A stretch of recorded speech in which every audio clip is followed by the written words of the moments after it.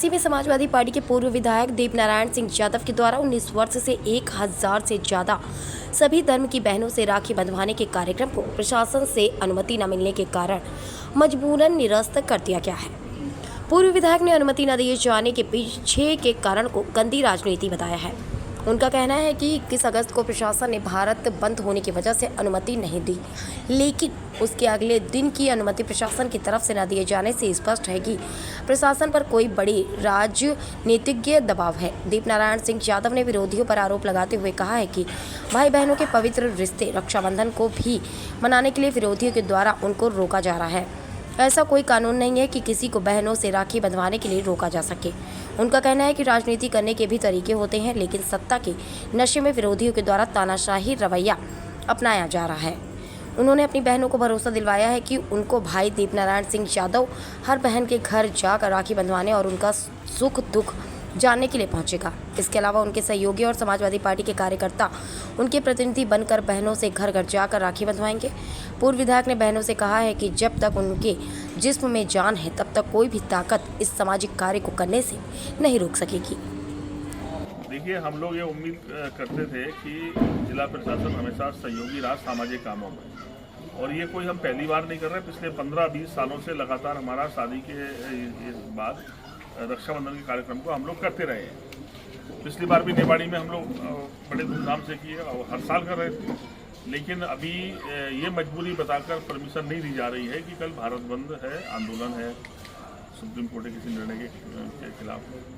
तो मैंने सोचा कि चलो मैं एक दिन बात कर लेंगे, तब उसके बाद भी कोई सहमति नहीं दी जा रही और कहा जा रहा है कि भाई ये अभी हम आज कुछ तय नहीं कर सकते। तो हम लोगों ने तय किया कि ठीक है, हम लोग रक्षाबंधन का उत्सव बहन भाई के साथ मिलकर मनाने की कोशिश कर रहे थे। हमने अपने साथियों से कहा, समझ लो कि कोरोना फिर दोबारा से लगा हुआ है इस समय और परेशानियां हैं लोगों के बीच में, तो हम लोग अब उस ग्रुप को ना करते। जब हम इकट्ठे हो रहे थे, इकट्ठे ना होकर हम सब लोग घर घर जाएंगे। विभिन्न कार्यालय जहां हमारे लोग हैं तहसील स्तर पर, उन लोगों से ड्यूटी लगा देंगे कि आप जाके हमारे प्रतिनिधि बनकर आप उनके बीच जाके राखी बंधवाएं और उनसे मिलकर आए, उनके सुख दुख की बात पूछें, उनकी परेशानी पूछें, और हम सब मिलकर फिर अगले साल मिलेंगे और फिर अब की बार सब तैयारी उस तरह से करेंगे और पहले से परमिशन लेंगे, और परमिशन अगर कैंसिल करेंगे तो कोर्ट से परमिशन लेंगे। लेकिन अगली बार ऐसा मौका नहीं होगा कि वो रोक सकें हम लोगों को मिलने से नहीं रोक सकता। देश का कानून ये कहता है, हमारी स्वतंत्रता के अलग अधिकार हैं हमारे पास। लेकिन अब वजह ये है कि कल कार्यक्रम है और आज परमिशन फिर कैंसिल है। खाना पीना सब बना है, हजारों लोगों का सब इंतजाम था, इतने सारे लोग बड़ी तैयारी से, हमारी बहनें दूर दूर से आ रही थी। कहीं ना कहीं सबको परेशानी उठानी पड़ेगी। मैं अपनी बहनों से भी क्षमा चाहता हूँ। इस परेशानी के लिए हम लोग मजबूर हैं आज। मैं राजनीति करने वाले लोगों से भी कहना चाहता हूँ कि राजनीति करने के जो विरोध के तरीके होते थे या तरीके रहे हैं, हमारे पूर्वजों ने जो हमें सिखाया है कि आप कोई बेहतर काम करते हैं तो दूसरे से उम्मीद करते हैं वो और बेहतर काम करें और आगे बढ़ के वो भी करें, पर ये नहीं होता कि आप एक सामाजिक कामों को भी रोक देंगे अपनी तानाशाही से। मैं सोचता हूँ ये ठीक नहीं है, ये परंपराएं ठीक नहीं है, और इतना गुरूर और इस तरह से सत्ता के मद में ये अपनी ताकत का इस्तेमाल करके इस तरह का भाव रखना बहुत दिन ज़्यादा नहीं रहा, किसी का नहीं रहा।